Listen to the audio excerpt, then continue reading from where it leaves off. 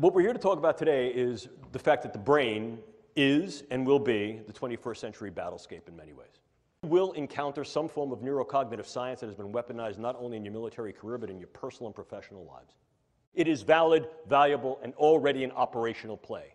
The brain is the current and future battle space. What's new about this is the in-close nature of this.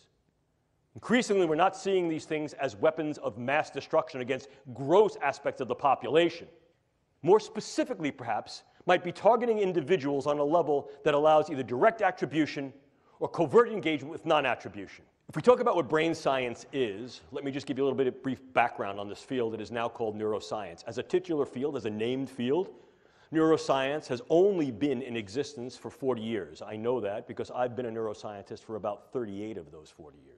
Increasingly, it is becoming an international, multinational, global, and independently exercised event and endeavor, which increases the capability of the brain sciences to develop not only new theories, but ever more sophisticated tools. So, how then can we use these elements as weapons, means of contending against others? Formal definition of a weapon, probably the one that you've heard about most recently, most contemporaneously in the literature, is the possibility to use some form of directed energy to affect physiology peripherally and also to affect the physiology and health of the brain. Case in point here, U.S. Embassy personnel in Havana and possibly in China.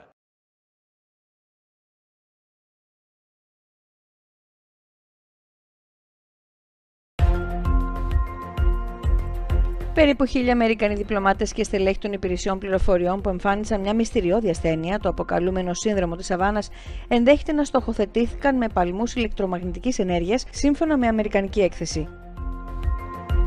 Κρούσματα έχουν επίσης αναφερθεί στη Ρωσία, την Κίνα, το Τατζικιστάν και σε ορισμένες αφρικανικές χώρες. Clearly, one of the things we can also do is transcranial neuromodulation, the idea of going through the skull to modulate the node and network activity of the brain, to implant certain brain-machine interfaces. These are many of the DARPA programs that you may hear of now. Probably the one that is most notorious is something called the N3 program, which is the non-invasive neurosurgical neuromodulation program being run by their program manager, Dr. Al Mundi.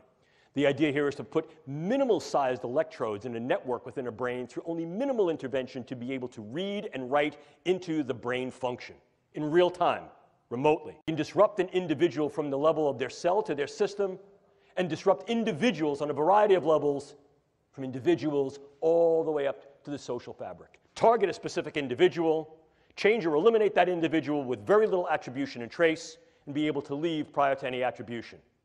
Drugs can be exceedingly specific, and as I'll show you in a moment, can be very, very much used to individualize weaponology in terms of what we call precision pathology or precision effect. And by affecting the way that brain is built and the way it functions, influence in ways that are kinetic and non-kinetic. The attitudes, beliefs, thoughts, emotions, activities. Look at the power that understanding, tools, and techniques of the brain sciences afford.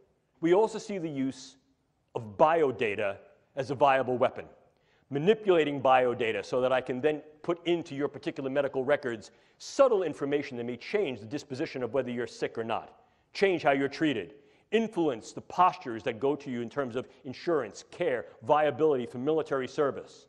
By altering that information, by changing those data, by purloining those data, I essentially change the you of you. And I can do that in very subtle and insidious ways. Furthermore, I can do that on a variety of different levels that can affect key individuals so that, in fact, your medical record changes to thereby render you incapable or at least invalid to be able to serve in a way you're serving. Or I can do that on a much larger scale, groups, populations. And if I change those data, I change the way you're being regarded and treated. And I can do that in one of two ways. I can do it in such a way that you're going to be regarded in a negative sense, or I can do that in such a way that I'm going to treat you incorrectly. If I say, for example, you have a particular allergy or you have a particular disorder, you will be treated for that, and that could then harm your health and your stability in both a short wars approach as well as a long wars approach. One of the newest developments is that nanoparticulate matter can be stabilized for distribution. If you're not aware of what nanoparticulate matter is, it's that matter which exists on a scale of 1 times 10 to the minus 9th. Very, very small. Smaller than a cell. And we can manufacture materials that have discrete properties that can be controlled by virtue of bioengineering and their physical chemistry.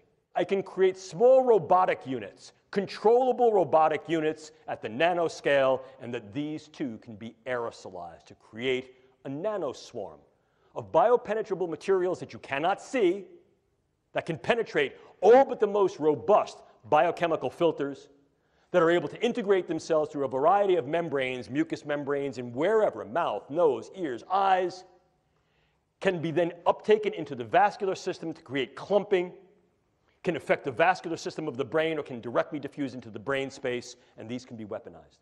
And they can be done in such a level that their presence is almost impossible to detect, and as such, the attribution becomes exceedingly difficult to demonstrate. We've come to the precarious position of opening the proverbial can of worms of if, how, in what ways, to what extent, and when these techniques and technologies will be used in weaponized intelligence and national security agenda. Are civilian ethics even viable any longer? And if we engage military ethics, what military ethical principles will we engage?